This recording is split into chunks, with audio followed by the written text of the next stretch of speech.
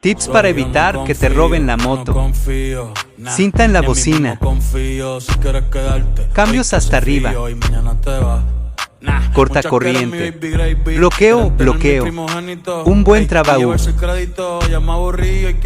Reserva Y cebador arriba. Acomoda los espejos para que se vea la cara de rata.